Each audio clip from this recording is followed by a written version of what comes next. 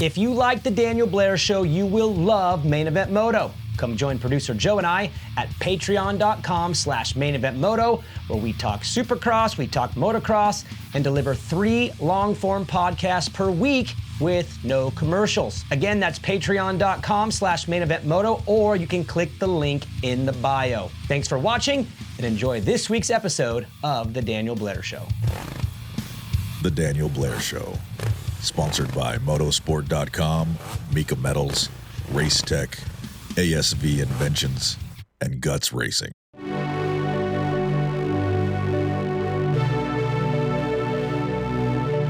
So many storylines heading into High Point, but there can only be 10 lead stories. And at number 10, it's Jett Lawrence, your 450 winner from Thunder Valley, who would typically be closer to lead story number 1. But we've seen him win before, it's per the norm, and with juicier topics coming like Chance cooking the Deegs and the Chase and Eli rumors becoming less rumor and more fact, well, we'll kick things off with donuts. You know, I used to call him Mr. Boring for the way he won races, always doing just enough while making 0 mistakes along the way. But this season, something's different. With Eli Tomac on the gate, an uptick in competitiveness from Aaron Plessinger and Justin Cooper, and his slight discomfort on the bike, well, I'm actually enjoying the 450 class more than the 250 class this summer. The truth is, Jett is not 100% dialed in yet. You can see him fighting certain things on the track. He's not sprinting away early. No, he's actually being passed. Way to go, cowboy. But the entertainment value is up, and we should enjoy it while it lasts. It's hard to compliment Jett when he does so much right so often, but at Thunder Valley, we got a chance to see him lose the lead, regroup, learn a few new lines, tap into an extra gear, then strike back and hang on for a nail-biter of a victory. He was forced to use racecraft, had to dodge a bunch of lappers late, and in doing so, we saw a side of him we don't often get to. I was, of course, gutted for AP again. Shout out JT for asking the right question on the podium, but as much as Aaron brushed off the frustration, you know it's there. He ran Jett down, passed him straight up in an off-the-couch F yeah moment in the Blair house, and was again so close to getting that Moto win. The first 15 minutes of Moto 2 was incredible, and Jett was forced to play offense for half, then play defense on Eli for the other half. And this is the Jett I want to watch. I don't mind him winning. Of course, I'd rather mix it up, and I still think we have a shot at that some weekends while he figures out this bike. But as long as it's a battle, as long as he's not hole-shotting and sitting 3 seconds in front of these guys stress-free, and as long as AP, J-Coop, and Big Bro Hunter are still under the belief that they have a shot like Eli does, then I'm okay with the outcome.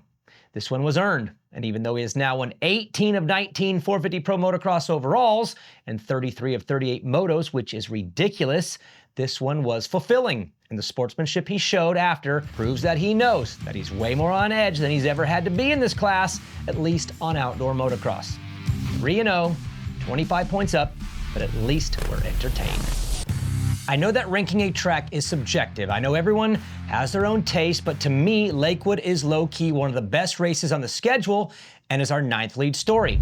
Most tracks can't rearrange their layout. You get maybe an obstacle change or a corner or two adjusted due to the makeup of the facility, the fencing, the viewing, and the landscape of the property, and that somewhat boxes them in on change. But not Lakewood.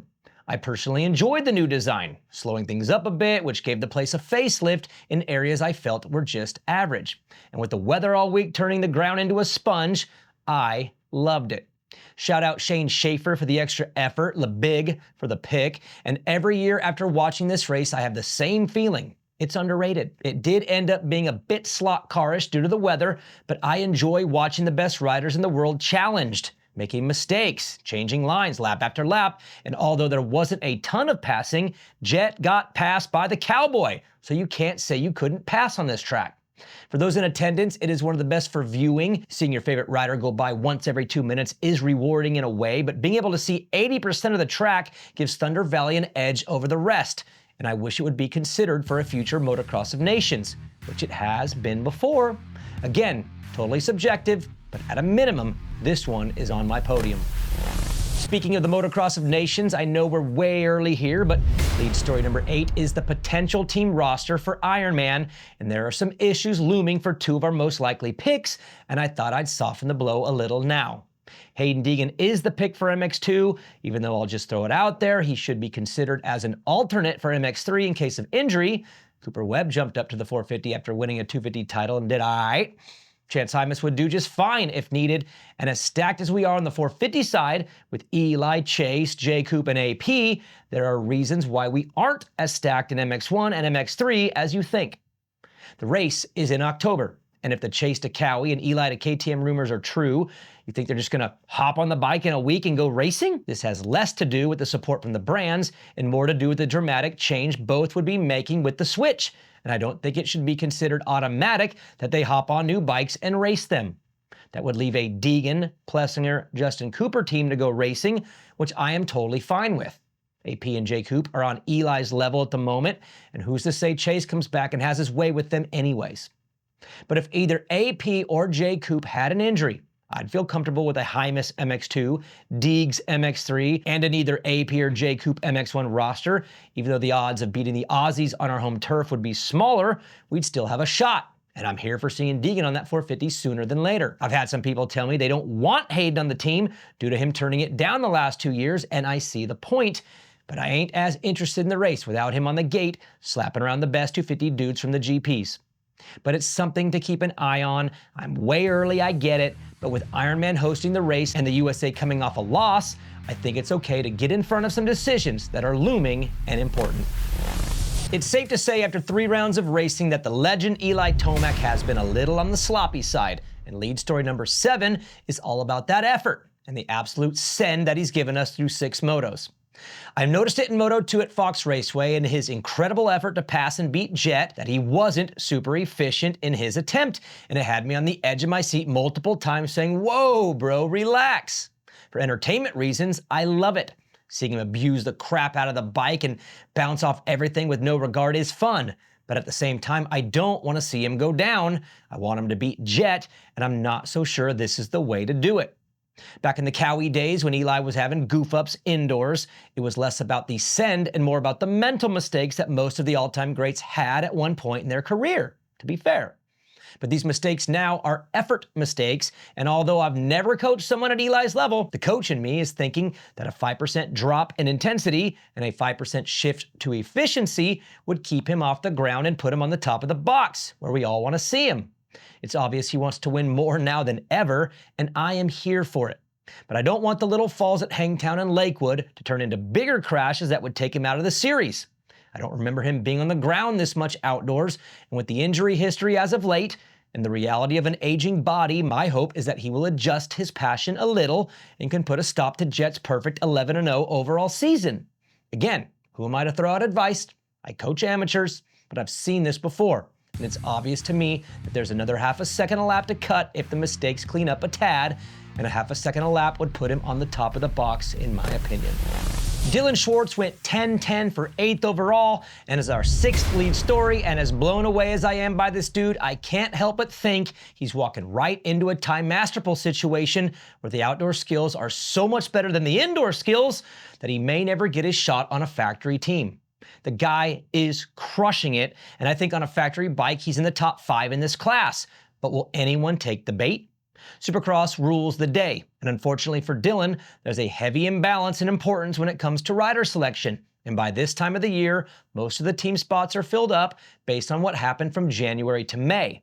Time Masterful was 4th in Moto 1, and although multiple top 5 finishes and a podium or 2 a year would seem like a guarantee that you'd get a ride, even he is on the hot seat and might be rideless next year. The issue is these Supercross skills are a known deficiency, and teams would rather gamble on the unknown than the known. Casey Cochran only has a couple Supercross races under his belt, but he's an extremely high prospect moving forward because he's young, he's a futures champ, and teams feel like they can work with wet cement. And even if Time Masterful beats Casey every moto this summer, or Dylan beats him more than half the time, Cochran is still the easy pick and worth the gamble. Same with Mikkel Harrop, who would be an indoor rookie next year, and although he's an MXGP rider with no experience in Supercross, he would get the pick because he's an unknown, and an unknown is easier to choose than a known. Same with rookie Cade Manier, who had a great debut at Lakewood, but was beaten by Schwartz both motos, and would still easily get the pick for a full team spot. This segment isn't to hammer Dylan, it's the opposite. He's so good outdoors, but in a sport where both disciplines are needed for a full-time ride, and his Supercross results being absent after years in the class, the reality is pretty brutal for a guy who deserves a shot. When will one of these teams get it right? Sign Supercross-only guys and sign Motocross-only guys. When one of them does, this guy is the easy pick, and I hope for his sake it happens. If not, he'll continue to produce results without reaping the rewards deserved, which is pretty frustrating for someone who is so damn good. Lead story number 5 is the bump in results for Mitch Payton and the PC Cowie team, and as good as the 6-10 Moto 1 scores were by the entire roster at Fox Raceway, the 3, 4, 5 Moto scores at Thunder Valley and Moto 1 were much better. We're 3 rounds in, and there's a bunch of green all over the leaderboard, and although there's a few frustrations leaving the weekend, from a macro perspective, they should be stoked. The team lost Seth Hamaker for the weekend and was down to 4 riders, but podium overalls and having multiple riders on the box in motos while having more bikes in the top 10 than any other team in the pits has to be seen as a win. Garrett Marchbanks rode incredible Moto 1, didn't get an interview, which was a bummer for him and the team, and even though Moto 2 was not as good, he does sit 3rd in points. Drew Adams was 5th in Moto 1, the best finish of his career, and it's actually pretty wild to think that between Garrett and Drew, the big boys on the bike, in elevation, were able to have the best races of their season, even if the overall doesn't dictate that.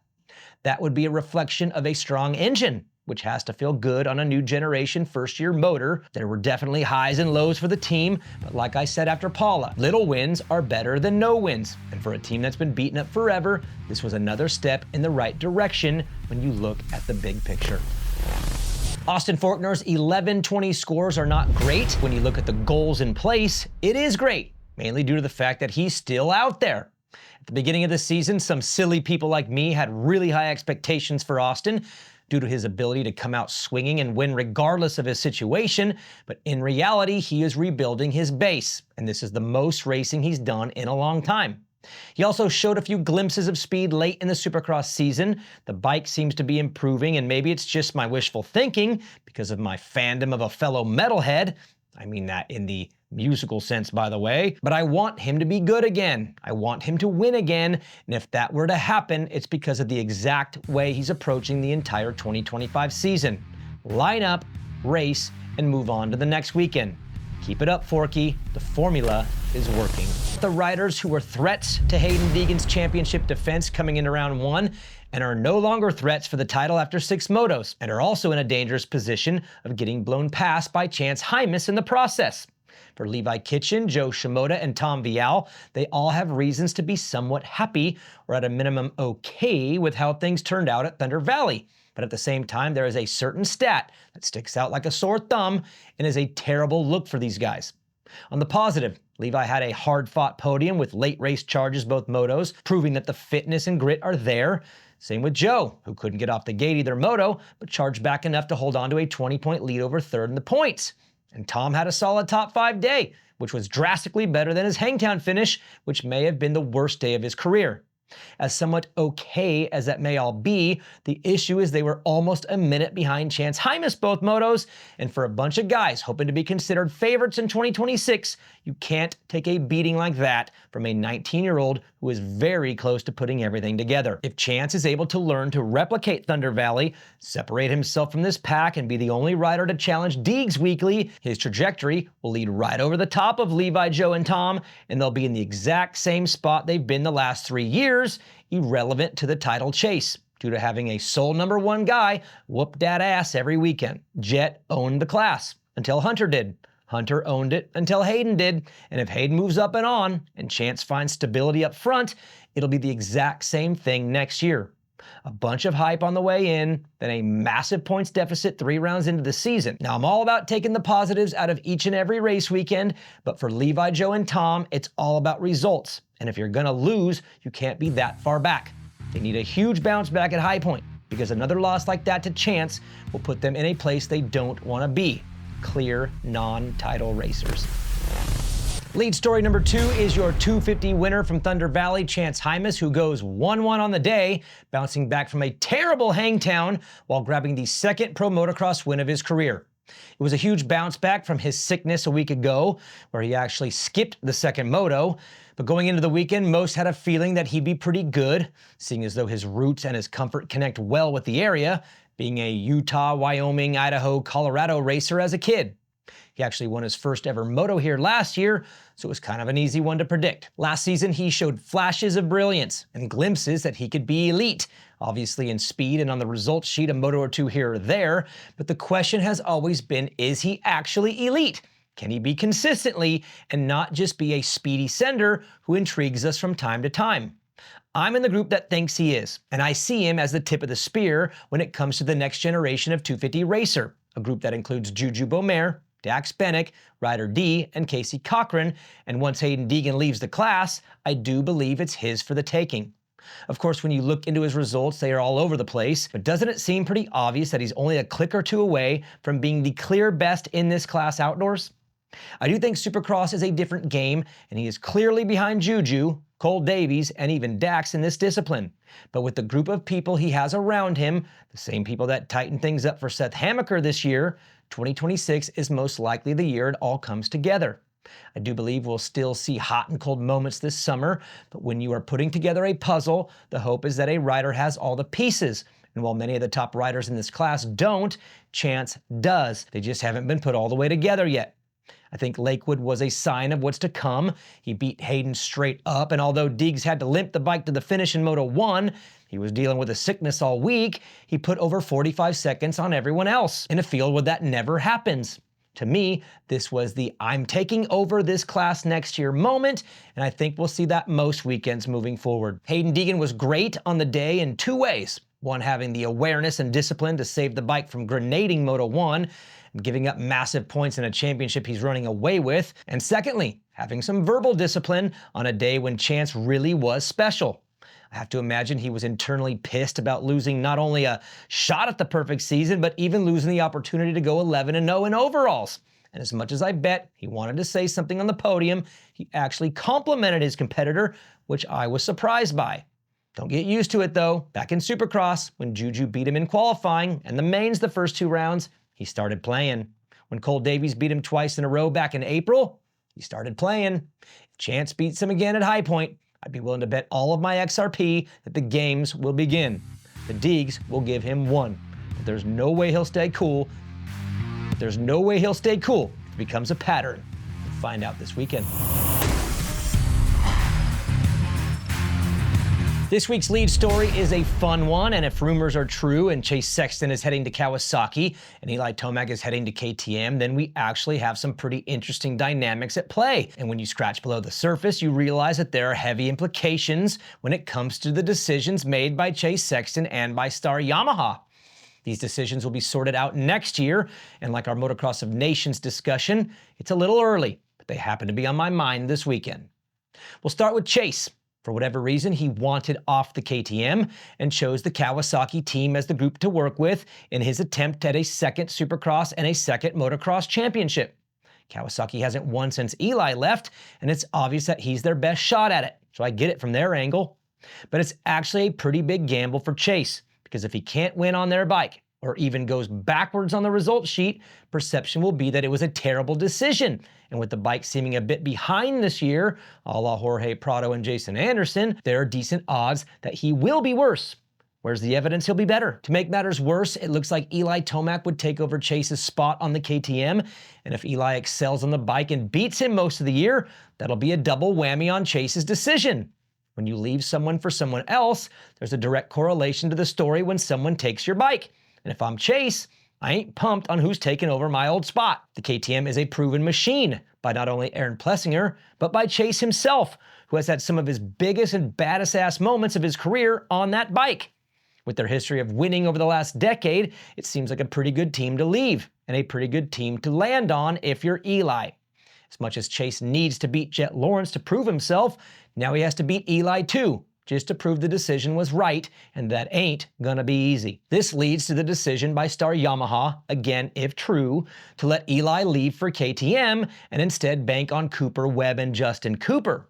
The talk has been that the Eli decision was contingent on Hayden Deegan moving up, but that's not true.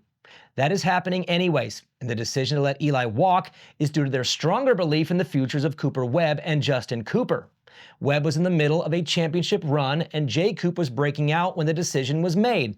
And if Eli comes out next year on a Red Bull KTM and beats both of them, it'll be an absolute slap back at Star for moving on from him. The odds are pretty good. J. Coop has never beaten Eli straight up, and flip a coin over Webb and Tomac next year.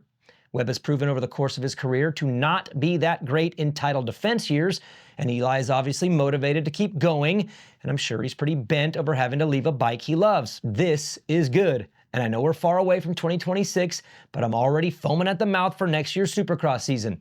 If you don't think all this talk matters, ask Cooper Webb if he had any extra motivation this year in his one-on-one duel with Chase Sexton to prove to KTM that they were wrong for moving on from him 2 years ago and their decision banking on Chase as their new number one, and that it was a mistake. Without question, that played a role, and we're seeing it all happen again at a way gnarlier level moving into 2026. To clean this all up, Chase Sexton needs to prove to KTM that he's better off without him. KTM needs to prove that with Eli Tomac, they are better off without him. Eli needs to prove to Yamaha that they shouldn't have chosen the Coops over him. And Yamaha needs to prove to Eli that they are better off with the Coops than with him. While Jett Lawrence is most likely going to mop the floor with all of them. And we'll see you next week.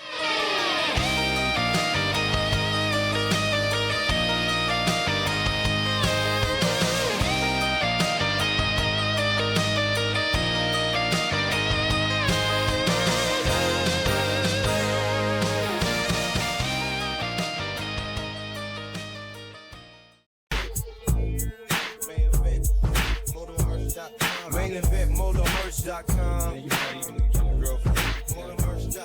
Main event motomerch.com. Main event motomerch.com. Main event motomerch.com.